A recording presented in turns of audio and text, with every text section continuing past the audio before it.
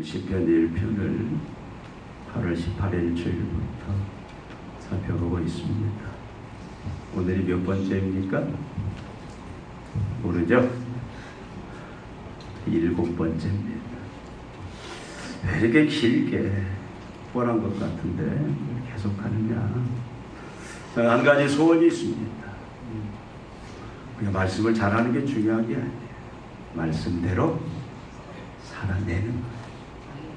말씀을 경험하는 겁니다. 하나님을 만나는 거예요. 그래서 여러분 다음 주에 올 때는 하나님을 만나. 오늘 말씀을 나눈 말씀 중에 내가 살아가면서 만나는 하나님에 대한 많은 간증을 가지고 주님 앞에 나오는 것이 복받는 자의 바른 자세입니다. 믿습니까? 믿습니까? 살아내는 거예요. 복 있는 사람은 어떤 사람인가? 행복 조건이 무엇인가? 계속 던졌던 질문이죠. 오늘 본문은 어떤 사람이 복 있는 사람이냐? 행복 조건이 뭐냐? 그가 하는 모든 일이 형통하리다의 사람이다라고 말씀을 하고 있습니다. 형통의 의미는 무엇입니까? 제가 국어사전을 찾아봤더니 모든 일이 자신의 뜻대로 잘 되어간다. 또 형통이라는 영어 사전을 봤더니 번영하다, 성공하다 그런 의미가 있습니다. 그러니까 사람들은 모든 일이 자기의 뜻, 자기의 소원대로, 자기의 욕망대로 다 이루어지는 이 만사 형통의 복을 받기를 원합니다. 여러분도 예외는 아닐 거예요. 성도들도 만사의 형통의 사람이 되기를 원합니다. 그래서 열심히 신앙생활을 하는 사람이 있습니다. 열심히 기도합니다. 여러분, 그런데 성경이 말하는 형통의 의미는 과연 우리가 생각하고 있는, 또 국어사전에서 말하고 있는 세상 사람이 추구하는 그런 의미인가? 오늘 우리는 한번 생각해 보기를 원합니다. 먼저 해답을 말하라면 해답은 O입니까? X입니까? 뭘 것 같아요? O 같으면 제가 질문을 안 드립니다. X예요. 아닙니다. 여러분, 오늘 본문이 말하는 그가 하는 모든 일이 형통하리다의 사람은 어떤 사람이냐? 이 말씀은 앞에 1절부터 우리가 읽은 3절 상반절과 연관이 되어 있습니다. 우리 계속 살펴봤죠? 복 있는 사람은 어떤 사람이냐? 여러분, 제일 먼저 뭐였죠? 악인의 길을 쫓지 따라가지 않는 사람. 두 번째는 뭐였죠? 죄인의 길에 서지 않는 사람. 세 번째는 오만한 자의 자리에 앉지 않는 사람. 소극적으로 우리가 살펴봤죠? 하나님이 없는 자들의 그런 생각들, 주장들, 사상들, 세상의 관행들, 그것이 나를 주장한다면, 내가 그 유혹에 노출되어 있다면 그것을 어떻게 한다? 거부한다. 섞이지 않는다. 이게 바로 복받는 자의 모습이라고 살펴봤습니다. 죄인의 길은 어떤 길이라고 했어요? 죄인의 길? 죄인의 길.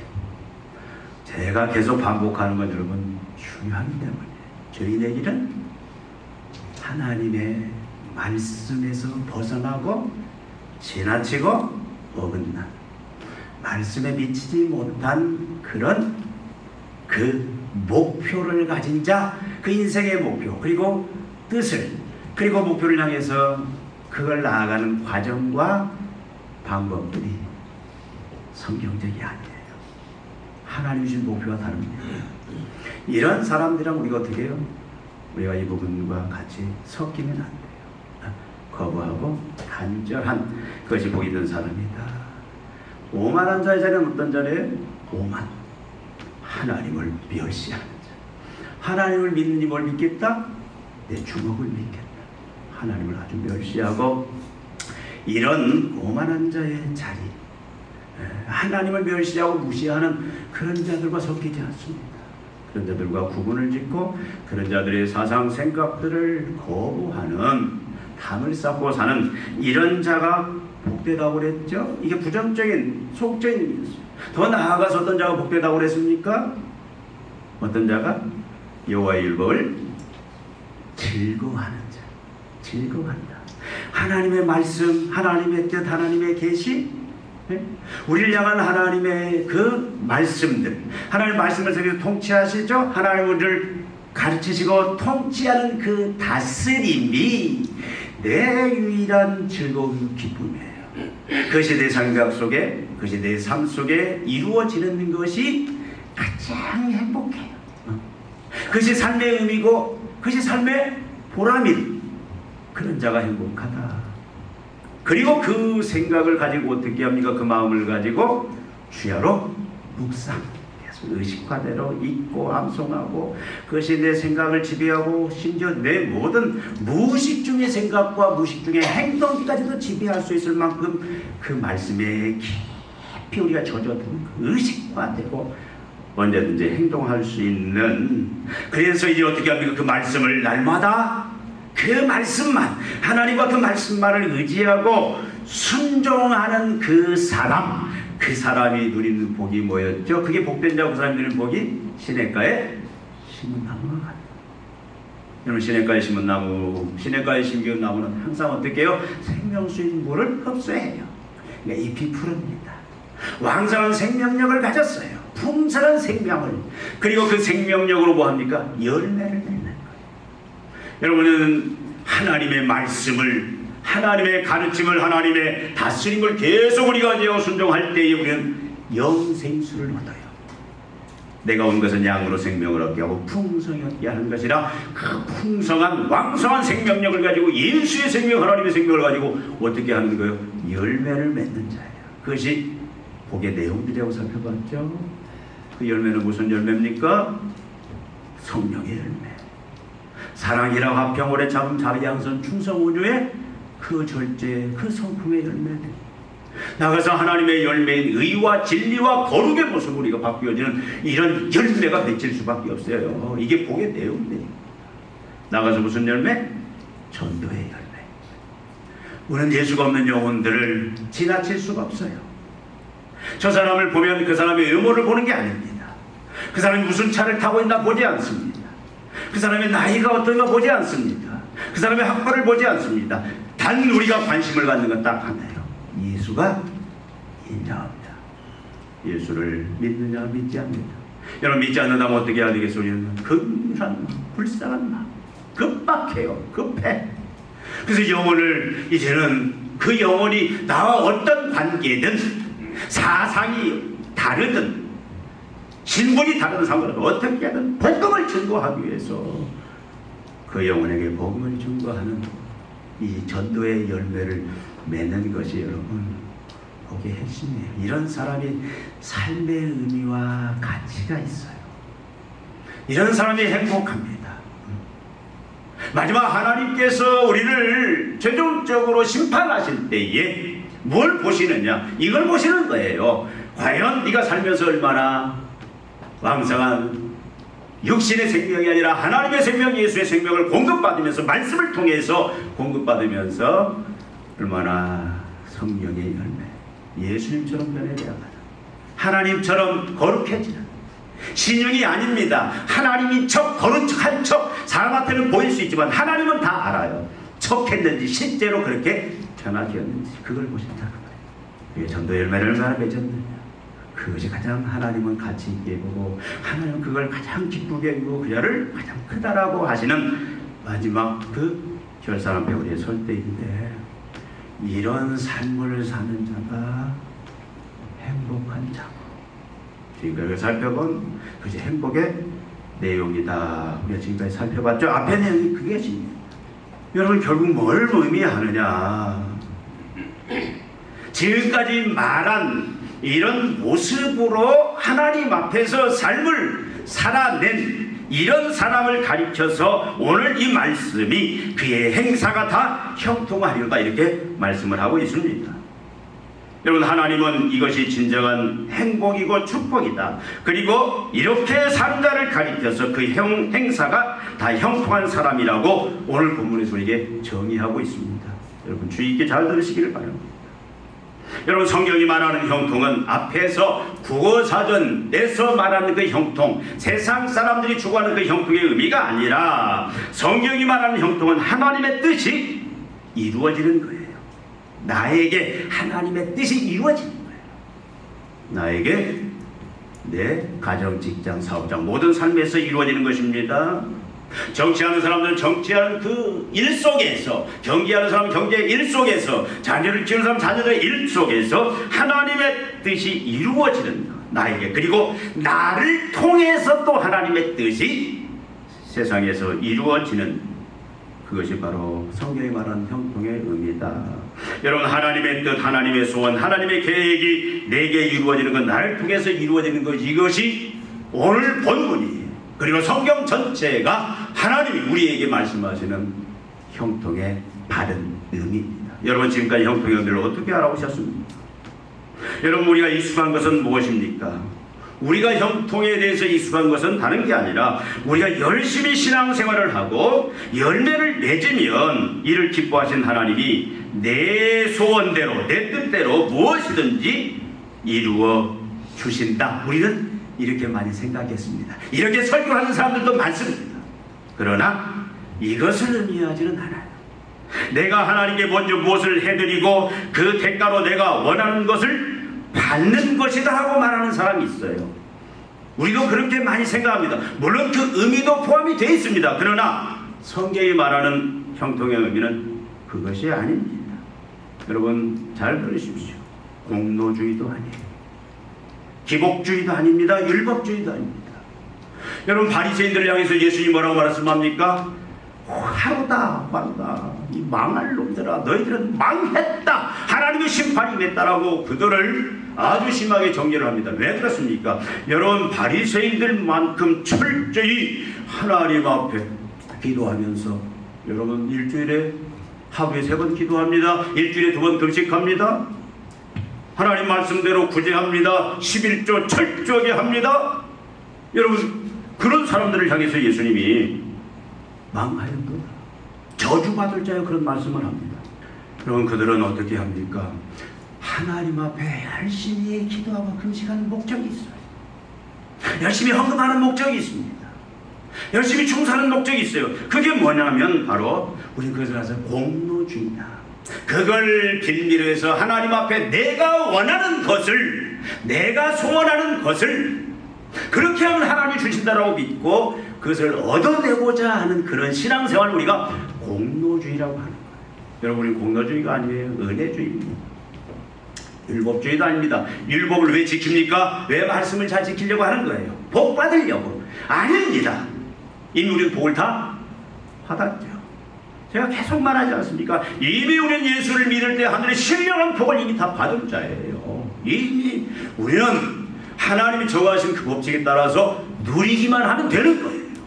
여러분, 사람들은 내 뜻대로, 내 소원대로, 내 욕망대로 다 이루어지는 것을 기뻐합니다. 이것이 행복의 제일 조건이라고 생각합니다.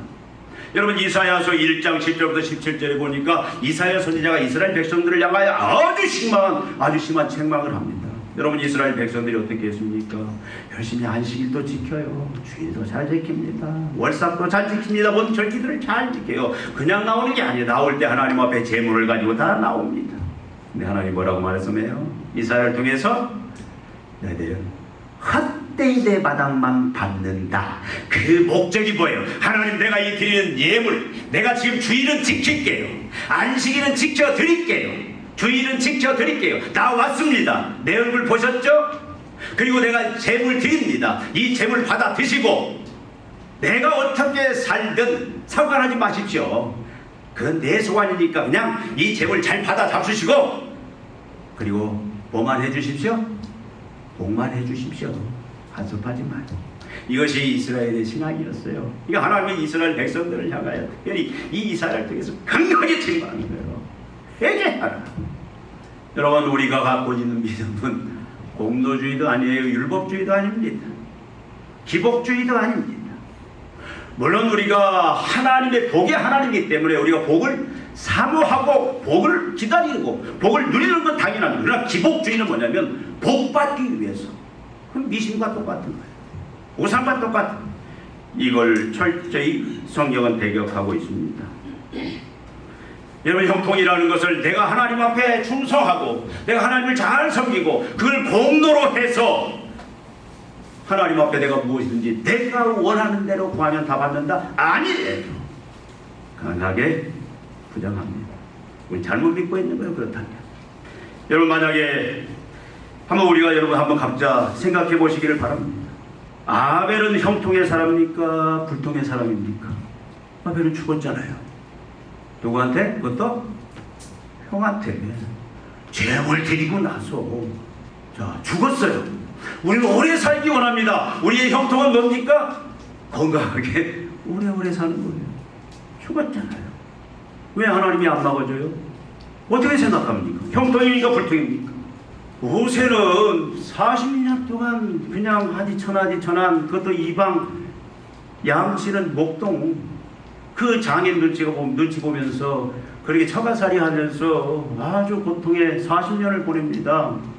그리고 40년 하나님 앞에 부름을 받고 열심히 이제 하나님의 뜻대로 순종하는데, 여러분, 모세가 120세에 죽지만 약속의 땅 가나안 땅에 들어갑니까? 못 들어갑니까? 못 들어가요. 느보산에서 보기만 하고, 물론 그것도 하나님의 나라는 맞습니다. 근데 모세는 가고 싶었어요. 들어가고 싶었어요. 근데 하나님, 너는 여기까지다. 형통한 거예요? 세례 요한은 어떻습니까? 세례 요한은 큰 자라고 했습니다. 근데 세례 요한은 한 게 뭐 있어요? 예수님 세례 주고 회개하는 세례 주고 마지막 옳은 소리 하다가 목베어 죽임을 당했습니다. 형통입니까? 우리가 생각하는 형통입니까? 스데반은 어때요? 스데반은 열심히 하나님의 복음을 증거합니다. 근데 어떻게 했어요? 복음을, 예수님을 부인한 자들이 돌에 맞아 죽었어요. 이런 비참한 죽음이 어디 있어요? 돌에 맞아 죽었다. 율법대로는 하나님의 저주를 받아 죽었다. 그 의미예요. 얼마나 억울하게 죽었습니까? 형통입니까? 요한의 형제 야고보는 어떻습니까? 얼마나 예수님 앞에 충성했어요. 측근이었잖아요. 어머니는 그걸 빌미로 해서 이제 예수님이 십자가 지러 예루살렘에 올라갈 때 마지막까지도 하나님의 나라를 회복할 때 이놈 요한은 오른편에, 이놈 야고보는 왼편에 우의정 좌의정 세워주십시오. 한 자리 주십시오. 그렇게 기대를 가졌어요, 어머니가. 그런데 어떻게 했습니까? 헤롯 왕의 칼로 목베임을 당해 죽었어요. 베드로는 어떻습니까? 바울은 어떻습니까? 베드로가 건강하게 아주 존경받으면서 마지막까지 잘 먹고 잘 살다가 그렇게 죽었습니까? 아니잖아요. 우리가 잘 아는 네로에 의해서 베드로는 순교를 당하는데 거꾸로 십자가에 거꾸로 못 박혀 죽여요. 사도 바울은 어떻습니까? 사도 바울도 네로에 의해서 순교를 당하는데 목을 잘려서 죽었어요. 사도 바울이 뭘 잘못했어요? 베드로와 바울의 꿈은 무엇입니까? 마지막까지 열심히 복음 증거하다 하나님 일하다가 천국 가기를 원했는데 하나님 그거 허락하지 않았잖아요. 억울하게 죽었잖아요. 얼마나 교회가 기도했겠습니까? 여러분, 이게 형통입니까? 불통입니까? 예수님은 어땠어요? 예수님은, 율법으로 말하면 예수님은 하나님의 저주를 받는 죽음이에요. 여러분, 형통이에요? 불통이에요? 여러분, 성경은 왜 노예로 팔려온 그 요셉, 억울하게 감옥에 갇힌 요셉을 형통의 사람이라고 이야기하고 있습니까? 창세기 39장 2절에 보니까 여호와께서 요셉과 함께 하심으로 그가 형통한 자가 되어 그의 주인 애굽 사람의 집에 있으니. 여러분, 지금 종살이 하고 있어요. 애굽에 노예로 있습니다. 눈에 그곳에 충성해서 결국은 집사가 되었어요. 집에 살림을 주관하는 사람이 되었어요. 근데 그것 보고 뭐예요? 성공은 형통했다. 여러분, 우리가 생각하는 형통하고 같습니까? 그의 주인이 여호와께서 그와 함께 하심을 보며 또 여호와께서 그의 범사에 형통하게 하심을 보았다. 이건 언제 일어난 사건이에요? 보디발의 그 아내의 유혹을 말씀대로 살고자, 거룩을 지키고자 거부했는데 그 때문에 어떻게 됐어요? 모략을 당하고 성추행범으로 몰려서 결국은 정치범들이 갇히는 그 감옥에 갇혔어요. 거기 언제 죽을지 모릅니다. 잘못하면 바로 못 날아가는 곳이에요. 근데 그곳에서 간수장의 마음이 들어서, 여러분, 간수장의 몸종, 세상 말로 간수의 땅가리, 그게 무슨 형통이에요? 근데 성경은 이런 것들을 가리켜 형통이라고 한다 그 말씀이에요. 여러분, 다니엘서 6장 28절에 보니까 이 다니엘이 다리오 왕의 시대와 바사 사람 고레스 왕의 시대에 형통하더라. 여러분, 다니엘은 포로로 끌려갔어요. 어려서 10세가 되기 전에 바벨론에 그 왕이 포로로 끌려갔어요. 포로로.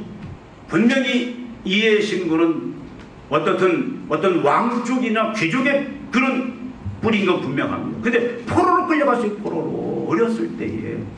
여러분, 80이 넘도록 그 종사를 하는데, 여러분, 세 왕조를 거칩니다. 바벨론이, 그리고 또요, 메데, 파사, 페르시아. 그러니까 결국은 바벨론, 메데, 그 다음에 고레스 왕이 하는 다스리는 메데, 파사, 세 왕국을 거치는, 여러분, 그 정치의 소용돌이 속에서 망칼하게 잘 날이 한 날도 없었을 거예요. 정권이 바뀔 때마다 정적들이 자기를 죽이려고 하는 그 긴장감 속에서 언제 어떻게 목숨이 날아갈지 몰라요. 전 정권에서 왕에게 신임을 받았던 사람은 새로운 왕권이 들어서면 그건 바로 날아가는 거예요. 근데 성경은 뭐라고 하냐면, 다니엘이 다리오 왕 시대와 바사 사람 고레스 왕 시대에, 여기는 한 가지가 더 들어갑니다. 느부갓네살 왕 그 시대에 형통하였더라. 여러분, 우리가 생각하는 형통입니까? 가끔 보면 선교사님들 중에 그냥 평생을 아주 오지, 불도 안 들어가고 먹을 것도 없고 자녀 교육도 할 수 없는 그런 오지에 들어가서 평생을 선교하다가 마지막에 은퇴하고 돌아오는데 갈 데가 없어요. 반겨주는 사람도 없어요. 결국은 그래서 조용히 그냥 병들어 치료 제대로 받고 돌아가시는 분도 있어요. 형통입니까? 참 우리가 이 부분 우리 한번 심각하게 생각해봐야 될 문제입니다. 우리는 이런 사람들을 100% 자신 있게 형통의 사람이라고 말하지 못해요. 뭔가 부담이 됩니다. 뭔가 불편해요.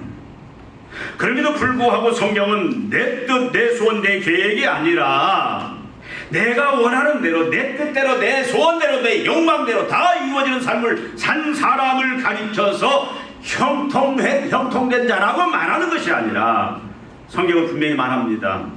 하나님의 뜻, 하나님의 소원, 하나님의 계획에 순종하면서 사는 것, 내 뜻, 내 소원, 계획이 아니라 하나님의 뜻, 하나님의 소원, 하나님의 계획이 내 안에서, 내 삶 속에서 이루어지는 것, 나를 통해서 이루어지는 것을 진정한 형통이다, 이것이 행복이다라고 성경은 말하고 있습니다. 선포합니다. 여러분, 왜 성경은 이렇게 정의하고 있는가? 뭔가 우리에게 불편한 이런 정의를 내리고 있느냐 이 말입니다. 그것은 창조주 하나님의 첫 창조의 계획이고 질서였다라는 것. 하나님의 창조 질서고 계획. 하나님 6일 동안 모든 것을 만듭니다. 전에 한번 얘기했죠. 만들 때마다 어떻게 했어요? 심히 좋았더라. 에덴 동산을 만듭니다. 그리고 아담과 하와를 그 동산, 생명의 줄기에는 내 강이 흐르는, 여러분, 강에 막 황금이, 보석이 그냥 굴러다니는, 모든 것이 풍성합니다. 모든 나무들이 있어요. 실과가 있습니다. 배불리 먹을 수 있어요. 생명나무도 있어요.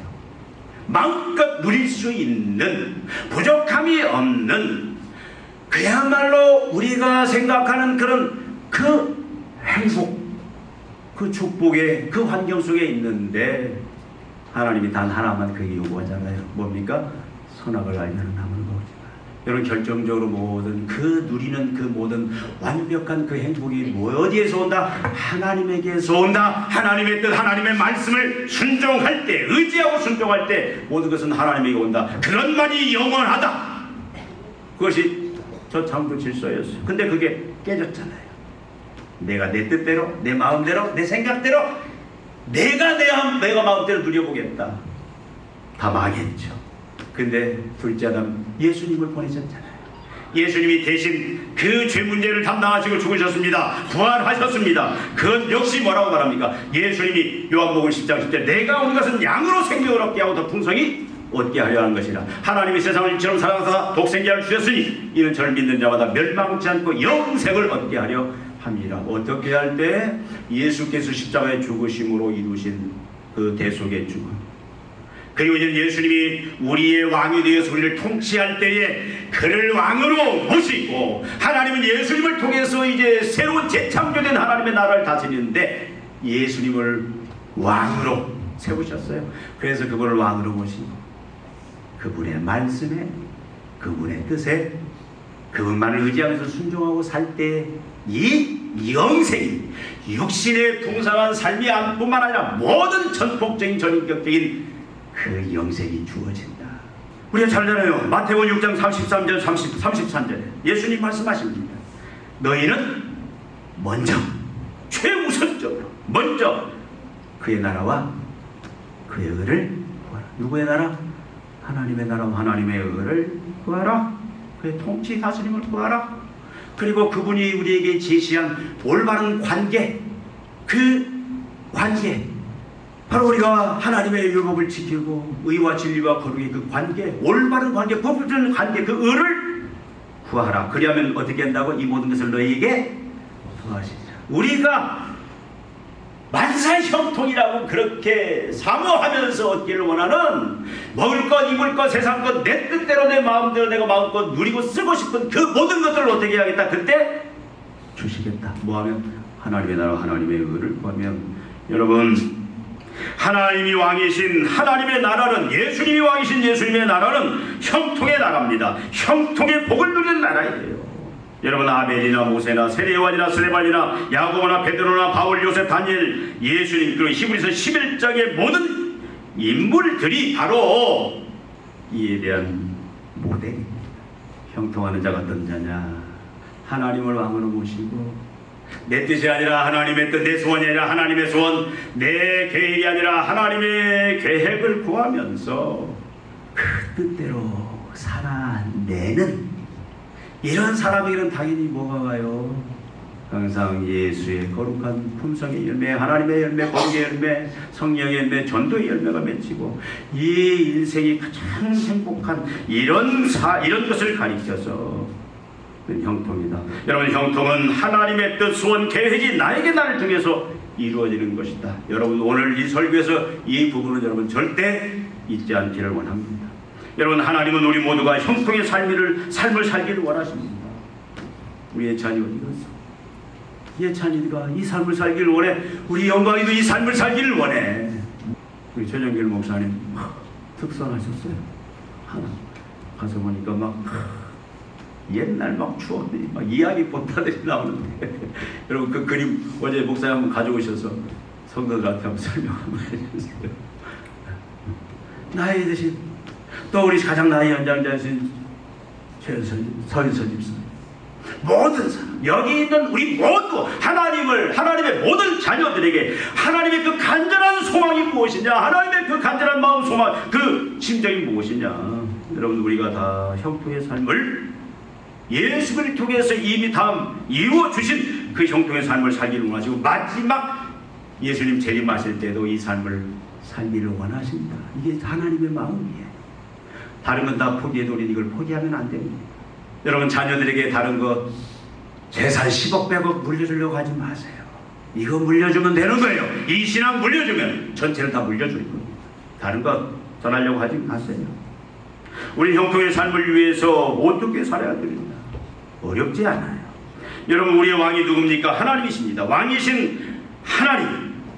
제일 중요한 건 여러분 이 부분이에요. 여러분, 신앙생활은 어려운 게 아니에요. 여러분, 성경 전체에서 하나님이 계속 66구절에서 유일하게 외치는 강한 메시지가 있습니다. 막 하나님 피를 통하면서 외치는 메시지가 있어요. 제가 여러분 계속 말씀드렸잖아요. 그게 뭐예요? 내가 왕이다. 내가 왕이다. 내가 왕이다. 내가 통치자다.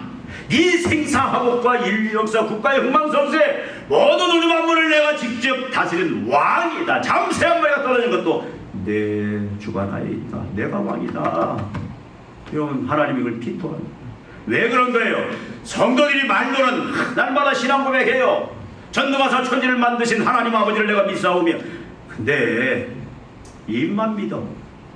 여러분, 하나님이 이걸 알아요. 하나님이 계속 내가 왕이다, 내가 왕이다. 그 말은 나만을 의지하고 나만을 순종해라. 여러분, 한번 우리가 살펴봐야 돼요. 여러분 마음의 중심에, 여러분 가정의, 직장의, 사업장의 대장이 누구예요? 왕이 누구예요?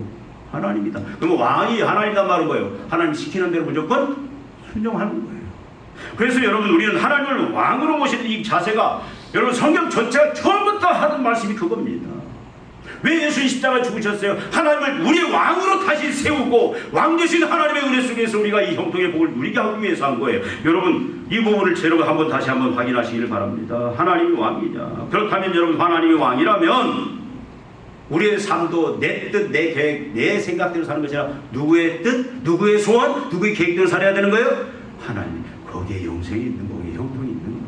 나가서 여러분 하나님과 하나님의 그 뜻에 맞추어서 우리가 살아야 돼요. 하나님의 뜻, 하나님의 계획, 하나님의 그 소원이 어디에 나와 있어요? 이 성경에 나와 있어요. 다른 데 여러분 찾지 마세요. 하나님이 66권 말씀 속에 나와 있는 거예요. 다른 데서 아무리 뭐 TV에서 누가 뭐라고 하고 뭐 최고 명사가 뭐라고 하고 그냥 세상에 뭐 나름대로 지혜 있다라고 하는 자들이 뭐라고 떠들든 여러분 거기에 그냥 참고만 하시고 여러분 모든 하나님의 계획들, 하나님의 뜻들, 하나님의 소원들 여러분 하나님은 반드시 계획 뜻을 이루시고 말아요. 그걸 이루는 삶이 우리에게 영생이고 축복인데 여러분 이 하나님과 하나님의 그 말씀만을 여러분들은 열심히 기뻐하고 또 의지하고 순종하십시오.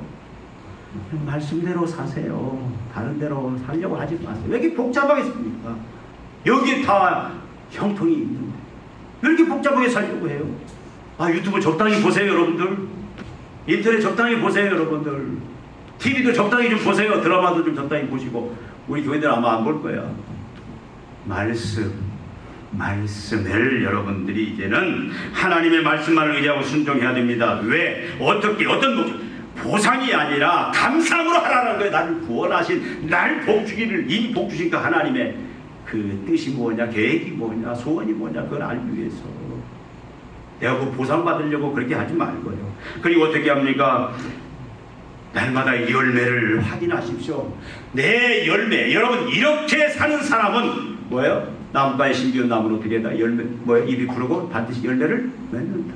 열매를 맺게 되어 있어요. 이 삶 쫓아가면은요 여러분 변화됩니다. 예수 닮아가요. 사랑, 일화와 병오래 정, 자비, 양선, 충성, 온유, 절제, 척이 아니라 실제 그렇게 변화됩니다. 하나님의 의와 거룩과 진리로 변화되었는데 척이 아니라 외식이 아니라 변해가요. 전도의 열매, 처음은 힘들지만 그 열매를 반드시 맺게 되어 있습니다. 이제는 이 열매를 날마다 확인해야 돼요. 그것이 우리가 형통의 이 진정한 의미를 알고 삶을 누리는 의미입니다. 여러분 오늘 말하는 이 형통, 이 여기에 절대적인 오늘과 내일의 행복이 있고 삶의 가치와 보람이 있습니다. 여러분 전도서 기자가 말합니다. 앞에서 헛되고 헛되니 모든 것이 헛되다 그러면서 마지막 뭐라고 합니까? 전도서 12장 13절에 이의 결국을 다 들었으니 하나님을 경외하고 그의 명령을 지킬지어다. 이것이 모든 사람의 본분입니다. 영광과 축복이다 그 말씀입니다. 여러분 형통이 무엇입니까? 지금 여러분 한번 정리해 보십시오. 형통의 의미는 뭔지, 하나님이 우리에게 주시는 형통의 의미는 뭔지. 우리가 건강하고 우리가 하는 일이 다 잘 되고 맞습니다. 우리 자녀가 건강하게 크고 우리 자녀들이 참으로 이제는 참 공부 잘해서 원하는 대학 가고 원하는 직장 가고 참으로 원하는 하고 싶은 일들 마음껏 이루는 게 형통이에요. 그런데 여러분 이곳에는 반드시 전제가 있어야 돼요. 내 뜻, 내 생각이 아닙니다. 여러분 우리 감사해야 돼요. 만약에 하나님이 형통을 우리가 알고 있는 대로 내 뜻, 내 생각대로 우리가 그렇게 구하는 대로 다셨다면 우리는 지금 이 자리에 못 있어요. 다 어디 이상한 데에 가 있어요. 총회를 정선 그 사부 탄광에서 막 탄광장 거의 카지노가 있어요. 카지노. 이야기 들어보니까 막 카지노에 빠진 사람들 와서 돈 다 잃고 차도 잃고 뭐 다 그리고 폐기돼서 가요. 만약에 여러분 내 정욕대로 내 욕심대로 내 뜻대로 그것이 이루어지는 것이 형통이라고 우리가 생각하고 그것을 우리가 추구했다면 하나님이 그걸 다 들어줬다면 여러분은 지금 여기 이 자리에 못 있습니다. 어디 지금 이상한 데가 있을 거예요. 가정 다 깨지고 여러분 자녀들은 다 이상하게 되고 그게 됐을 거예요. 감사해야 돼요. 하나님이 간섭하셔서 우리를 어떻게 하셨다? 하나님의 뜻대로 하나님의 생각대로 하나님의 소원대로 우리를 붙잡아서 지금까지 끌어오셨습니다. 우리는 저기 형통된 자예요. 우리가 앞으로 어떻게 살아갈지 한번 우리가 깊이 생각해야 됩니다. 우리가 한번 오늘 형통의 사람이 되고 행복의 복을 누리기 위해서 하나님의 뜻대로 하나님의 계획대로 하나님의 생각대로 우리가 온전히 그것을 의지하고 순종할 때 그 사람의 그 삶이 형통된 삶이고 하나님이 어떻게 해요? 이 모든 것을 내게 더하십니다. 다 주십니다. 그래서 우리가 이 시간 한 가지 결심하십시다. 우리 일주일 동안만 지켜보십시다. 한번 시험해 보세요. 일주일 동안 주님이 가르쳐 주신 주기도문의 삶을 한번 실천해 보십시오. 환경이 바뀔 때마다, 내가 아침에 눈 뜰 때마다, 그리고 밥 먹을 때, 그리고 직장에 출근해서 또 새로운 일을 만날 때, 새로운 사람을 만날 때, 또 아니면 새로운 환경을 만날 때마다, 새로운 사람을 만날 때마다 여러분 한번 주기도문을 여러분 실천해 보십시오. 주기도문의 첫이 뭐죠? 생각해 봐야죠. 하늘에 계신 우리, 이 말은 무슨 말이에요? 하늘에 계신 전능자예요. 우리 아버지 사랑의 하나님입니다. 독생된 자를 주시기를 사랑하신 아들을 아끼지 아니하시고 우리 주님께 모든 걸 다 선물로 주지 않겠냐. 그 하나님을 내가 날마다 존재를 모시고 살아라 그 말이에요. 어디 가든지 하나님이 나와 함께합니다. 나와 함께하는 거예요. 내 왕으로서 우리는 언제든지 의식하면서 살아야 돼요. 하늘에 계신 내 아버지, 어디 가든지 하늘에 계신 우리 아버지, 이 의식이 있어야 돼요. 내가 누구와 하나님과 나 혼자 사는 게 아니에요. 내가 골방에 있든지 내가 하나님 앞에서 산다, 그 의식을 가지고, 그래서 날마다 어디 가든지 하늘에 계신 내 아버지 날마다 외치십시오. 고백하십시오. 그리고 그 하나님 앞에서 여러분들이 실제 그 사는 모습으로 사시기 바랍니다. 일주일. 그 다음에 뭐죠? 주기도문이? 좀 대봐야죠. 뭐예요? 아버지 이름이 거룩히 여김을, 하나님의 영광을 받으셔야 돼요. 뭘 하든지 여러분의 영광이 아닙니다. 하나님의 영광을 위해서 내가 일을 하는 거야. 그렇게 그걸 고백하세요. 아버지 이름이 거룩히 여김을 받으소서. 그것이 하나의 우리의 고백이 되고 서원이 되고 청원이 되고 그렇게 살 수 있도록까지 그렇게 우리가 매일매일 그렇게 하라고 말이에요. 날마다 하십시오. 골방에서는 어디서. 그 다음에 뭐예요? 하나님의 뜻이 하늘에서 이루어진 것처럼 이 땅에 이루어지게. 하나님의 나라가, 자 먼저 나라가 임하옵시고, 나라가 임하는 말이에요. 하나님의 통치 다스림이 말씀의 그 통치 다스림이 나에게 임하게 해달라고. 그래서 내가 말씀대로 살겠습니다 그 말 아닙니까? 이것은 하나의 고백이고 서원이고 청원이 그렇게 살게 해주십시오. 나가서 뭡니까? 하나님의 뜻이 하늘에서 이루어진 것처럼 이 땅에 그 뜻이 이루어지게 해달라고. 내 뜻이 아니라 그 하나님의 뜻이 이루어지게 해달라고 그렇게 고백하시고, 네, 하나님 뜻이 하나님 뜻이 이루어지기를 원합니다. 이제는 그렇게 살겠습니다. 그렇게 살 수 있는 힘을 주십시오. 여러분, 주기도문 속에는 고백이 있어야 되고 서원이 있어야 되고 청원이 있는 거예요. 그렇게 하겠습니다. 그렇게 믿습니다. 그리고 서원, 네, 그렇게 하겠습니다. 그 다음에 마지막, 그렇게 할 수 있도록 도와주십시오. 여러분, 그 이유는 오늘 말하지 않겠습니다. 일용할 양식도 우리 생명도 하나님 다 책임져 주십시오. 여러분, 이 삶을, 저도 이 야곱의 삶을 날마다 일주일 동안 매일매일 여러분 눈을 뜨고 나서 어디 가든지 이 삶을 여러분들이 실천해 보십시오. 그럼 반드시 형통의 여러분 복을 누리고 하나님을 기쁘시고 성도들을 기쁘게 하고 주위 사람들에게 행복 전도사 역할을 감당하는, 수행하는 여러분이 되실 줄로 믿습니다. 이 시간 한번 같이 기도하십시다. 하나님, 영원토록 형통의 사랑으로 하나님의 생각, 하나님의 뜻, 하나님의 계획, 하나님의 소원, 내 생각, 내 욕망, 내 뜻에 아니라 이런 하나님의 뜻, 하나님의 그 소원에 이르는 순종함으로 말미암아 그 삶이 바로 시냇가에 심긴 나무처럼 열매를 맺는 삶이고 형통의 삶입니다. 이제는 그 삶을 살 수 있는 믿음을 주시옵소서. 우리 교회가, 우리 한국교회가 그런 믿음으로 바로서서 우리뿐만 아니라 세상을 형통의 세상으로, 축복의 세상으로 바꾸는 그 역할을 감당하게 해주십시오. 일주일 동안 이제는 이 주기도문처럼 그 삶을 삶으로 말미암아 형통을 누리게 해주십시오. 다시 한번 우리 주여 외치시고 잠깐 기도하겠습니다. 주여, 하나님 아버지, 하나님 아버지, 참으로 우리를 복된 사람으로 하나님 신령한 복을 이미 주신 것을 감사합니다. 아버지는 복을 누리는 자들로, 복 있는 자들로 살게 하신 것을 감사합니다. 하나님 아버지, 이제는 하나님의 말씀대로 우리가 춤으로 이제는 형통의 사람으로 살기를 원합니다.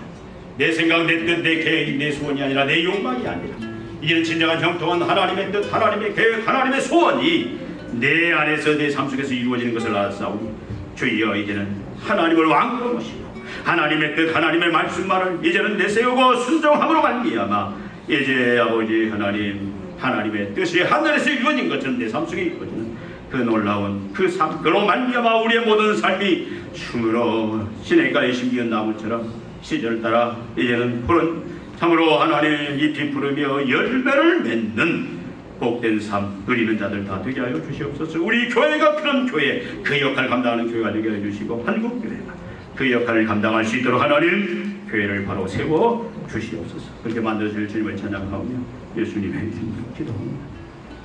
하나님 아버지, 우리에게 예수 안에서, 복음 안에서 이미 복을 주시니 감사합니다.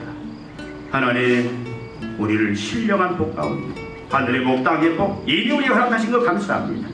이제 하나님 아버지, 우리가 참으로 복 있는 자로서, 특별히 하나님 아버지 형통된 자로서 우리가 형통된 삶을 누릴 뿐만 아니라 세상을 형통된 세상으로 만들어가는 그런 복의 근원, 복의 매개체들이 되기를 원합니다. 이제 하나님 아버지, 오늘 말씀처럼 이제는 내 생각, 내 뜻, 내 계획, 내 욕망대로 참으로 그것을 이루어지게 사는 것이 아니라 하나님의 생각, 하나님의 뜻, 하나님의 소원, 하나님의 그 계획을 우리가 먼저 알고 왕되신 그 하나님 앞에 이제는 그 하나님의 뜻이, 계획이 하늘에서 이루어진 것처럼 나에게 내 삶 속에서 이루어질 수 있도록 이제는 끊임없이 구하고 이제 추구하고 성령 의지에 나아가는 저희들 되게 하여 주시기를 원합니다.